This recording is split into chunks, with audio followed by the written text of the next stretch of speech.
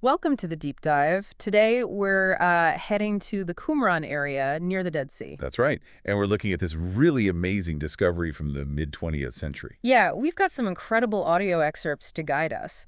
Our mission really is to figure out the story behind these finds, the debates, and, well, why they still fascinate us so much. And the story starts in a pretty dramatic way. Imagine it's November 1947, a really pivotal moment historically. Okay. And you have these two young Bedouin guys from the Tambra tribe just out tending their goats. Right, just a normal day for them, presumably. Until one goat wanders off, one of the young men throws a rock into a cave, maybe trying to scare the goat out, And he hears something. Exactly. A clinking sound. Not what you'd expect. Okay, so that sound, that's the spark. They go in. They do. And they find these large jars, old-looking, inside. Pieces of parchment with writing on them. Wow. Not exactly treasure chests, but Yeah. something else entirely. What do they even do with that? Well, yeah, what would you do? They knew it was unusual, so they took them to Bethlehem. To who? A man named Kondo, sort of an antiquities dealer, had various businesses, and crucially, Kondo realized these weren't just old bits of paper. He saw their age. So Kondo is the first sort of gatekeeper here, recognizing the potential value. In a way, yes. And from there, word starts to get out. And it reaches academic circles. Eventually, yes. He gets to Eliezer Sukenik, an archaeologist at the Hebrew University, and he tries to acquire some of them. So the journey from cave to scholar begins. It does. And that first cave, Cave 1, it was a huge find. We're talking hundreds of scrolls right there. And the timing, you mentioned 1947. Right on the cusp of the 1948 war, which meant that soon after, the whole area, Qumran included, fell under Jordanian control. Ah, okay. So that must have impacted things. Did the searching stop? Not entirely. Actually, the Jordanian Antiquities Department, working with British and American archaeologists, sort of encouraged the Bedouin to find more. How did they encourage them? Well, they set up a center at the Rockefeller Museum in Jerusalem and basically paid for scrolls, sometimes by size, sometimes even by the letter count, apparently. By the letter. That seems prone to causing damage, maybe? It certainly could be, yes, leading to scrolls being broken up sometimes, but it did bring more material to light. And how much more material are we talking about? An incredible amount. Eventually, nearly 1,000 different scrolls were identified. 1,000. From how many caves? About 11 to 15 caves. The number's still debated a bit. But it adds up to thousands and thousands of fragments. An enormous puzzle. It's hard to even picture. And these scrolls were ancient. Extremely. Over 2,000 years old. Some were almost complete, which is just staggering. The earliest go back to maybe 150 years before the Hasmonean period. And many were just fragments? Oh yes, countless fragments. Yeah. Which led to this massive scholarly effort. Right. You mentioned the Rockefeller Museum. Yes, the Rockefeller family funded an international team. Interestingly, half Catholic, half Protestant scholars. Why that specific split? I think it highlighted the perceived universal importance, perhaps. But their task was immense, trying to piece together this shattered library. It took decades to publish everything. Decades. Okay, so what was in these scrolls? What were they reading back then? Well, the majority, surprisingly perhaps, were books of the Hebrew Bible, what Christians call the Old Testament. Most of them. Yes. In fact, every single book of the Hebrew Bible was found, except for one. Which one? The Scroll of Esther. Still debated why, but it's absent. Finding biblical texts that old must have been revolutionary in itself. Absolutely. It created a whole new field of study, Dead Sea Scrolls scholarship. Suddenly we have biblical text 1,000 years older than what was previously known for many books. But it wasn't just biblical text. No, and that's maybe even more fascinating for understanding the period. There were other texts describing the life and beliefs of a specific group. A group living near the caves? That's the assumption, yes. A Jewish group living seemingly without the temple in Jerusalem as their main focus, which was unusual for the time.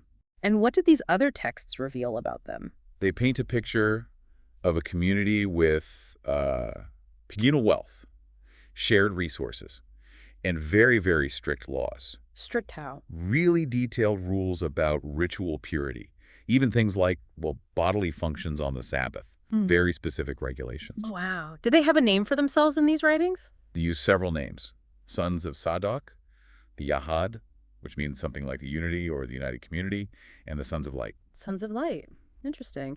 Does this connect to anything else we knew about historically? It does, potentially. You have writers like the Roman Jewish historian Josephus and others like Pliny the Elder. And what did they write?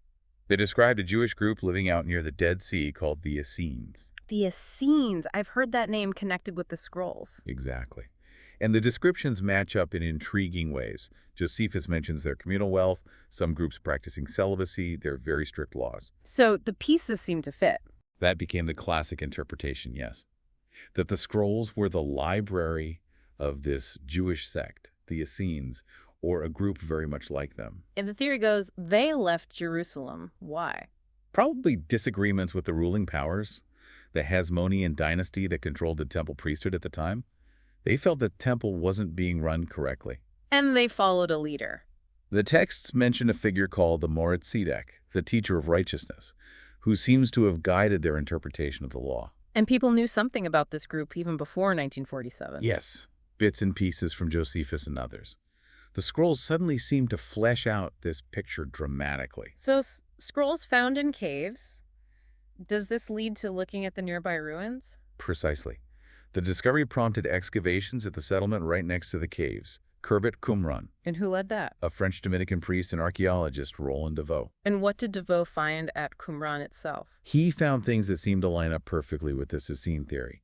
Communal buildings, what looked like a dining hall, and significantly, lots of ritual baths, mikvahs. Mikvahs, for ritual purity. Exactly. Essential for Jewish observance, especially for a group obsessed with purity, as the scrolls suggest this community was. Deveau saw Qumran as the Essene community center. So for a while it seemed pretty straightforward. Caves have seen scrolls, ruins nearby are the Essene settlement. Case closed. Well, it was the dominant view for a long time. But as always in scholarship, challenges arose. Not everyone bought the Essene connection wholesale. Okay, so what are the other ideas? One major alternative came from Norman Gold. He looked at the sheer number and diversity of the scrolls. The 1,000 scrolls we mentioned. Right. Gold argued that this collection was too big, too varied, well, important for just a small, isolated sect. So where did he think they came from? His theory was that they weren't from Qumran itself, but were actually texts from various libraries in Jerusalem, including perhaps the temple library itself. Hidden away, why? Hidden in the caves for safekeeping, before the Romans destroyed Jerusalem and the temple in 70 CE. Okay, that's a very different picture. Temple treasury versus sectarian library. Any other challenges? Yes, another came from archaeology.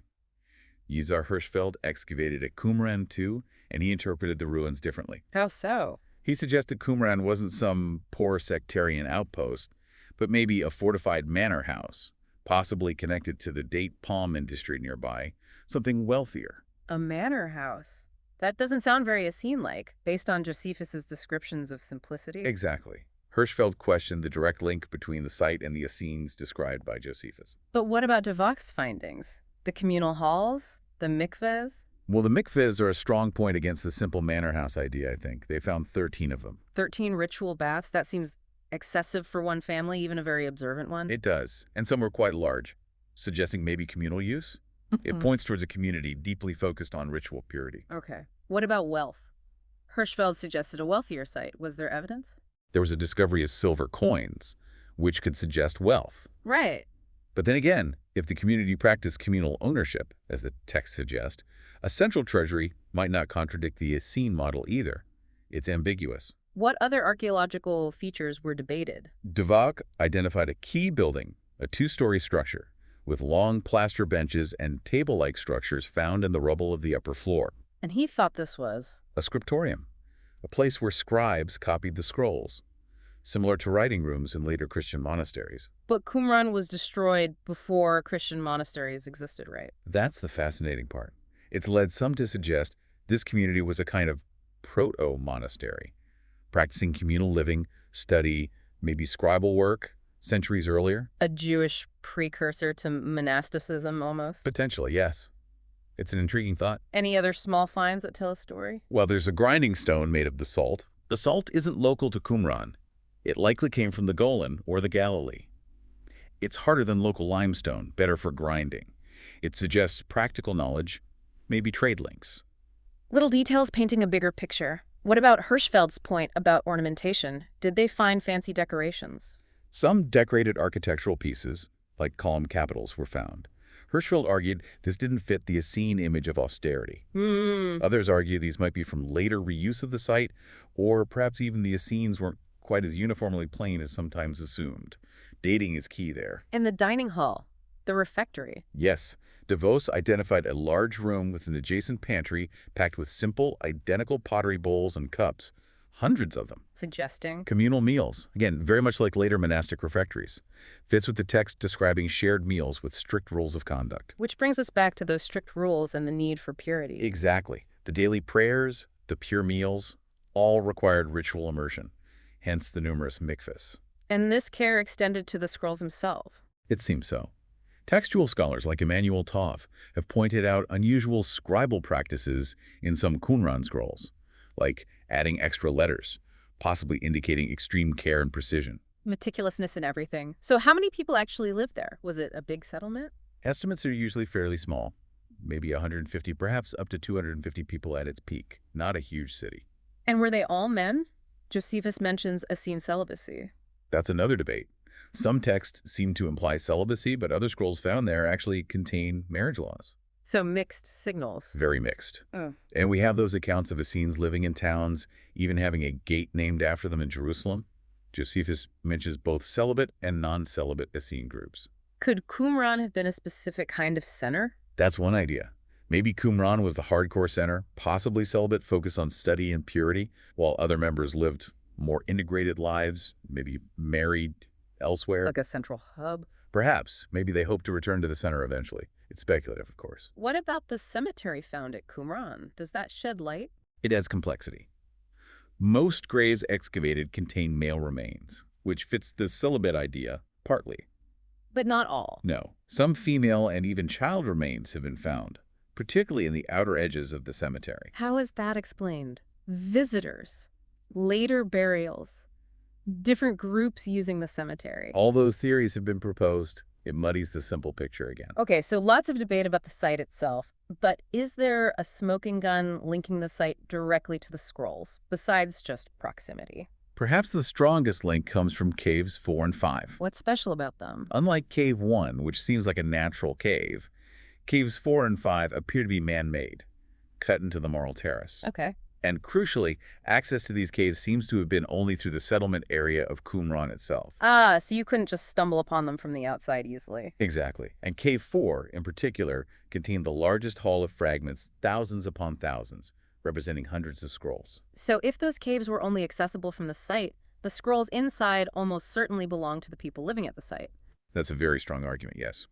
It makes it harder to argue, for instance, that the Cave 4 scrolls were just random temple texts hidden by outsiders. Right, especially if the content of those scrolls seems sectarian. Precisely. The nature of many Cave 4 texts strengthens the link between the specific Qumran community and the scroll collection found there. So we really have three main elements to juggle here, don't we? Yes. You've got the people who lived at the Qumran site, you've got the scrolls found in the nearby caves, especially Cave 4, and you've got the historical descriptions of the Essenes. And the big question is how these three overlap. Are they all the same thing or related in complex ways? Exactly. The classic view merges all three. Golb separates the scrolls from the site. Hirschfeld questions the Essene identity of the site's inhabitants. The Cave 4 evidence pulls the site and scrolls back together strongly. It's like a historical detective story with conflicting clues. What about other evidence, like burial practices? Were those unique? Initially, the simple shaft tombs at Qumran were thought to be uniquely Essene. Subsequent archaeology has found similar simple burials at other Jewish sites from the Second Temple period, so maybe not as distinctive as first thought. So it keeps getting more complicated. That's the nature of historical research, isn't it? We rarely get neat, simple answers. Many questions about Qumran remain open. But despite all the debate, the importance of the discovery isn't really in doubt, is it? Not at all. Whatever the final consensus on who lived there and why the scrolls were hidden, the Dead Sea Scrolls are, without question, the most amazing manuscript discovery of the 20th century. Providing biblical texts 1,000 years older? 1,000 years older than our previous Hebrew manuscripts for many books, yes. And offering this unparalleled, invaluable glimpse into the diversity of Judaism just before the destruction of the Second Temple. And understanding the link between the site and the scrolls remains key. Absolutely. That relationship is central to the ongoing scholarly conversation. It's what keeps this field so vibrant. So let's wrap this up. We've gone from that accidental clink in a cave Heard by Bedouin shepherds. to this huge international effort to piece together thousands of fragments. We've looked at who might have lived at Qumran, the Essene theory, the challenges. The temple library idea, Yeah. the manor house interpretation. Right. And how archaeology and the texts themselves both provide evidence and fuel debate. It really shows how one discovery can open up a whole world of questions. And it's a story that's still being written, in a sense. New interpretations, sometimes even new small finds, keep refining our understanding. It's not static. So, a final thought then for you listening. We've laid out these different theories, the dedicated sect, the hidden temple library, the wealthy estate. What part of this Qumran story grabs you the most? Yeah, which explanation feels most compelling? The idea of this isolated, highly devoted community, or the drama of secreting away Jerusalem's treasures? Or maybe there's another possibility entirely that explains the site and these incredible scrolls. Something to think about. Definitely. And if this has sparked your interest, there's so much more to explore. You could look into specific scrolls or the arguments of scholars like DeVoe, Gold, Hirschfeld. This deep dive is really just scratching the surface. Thanks for joining us.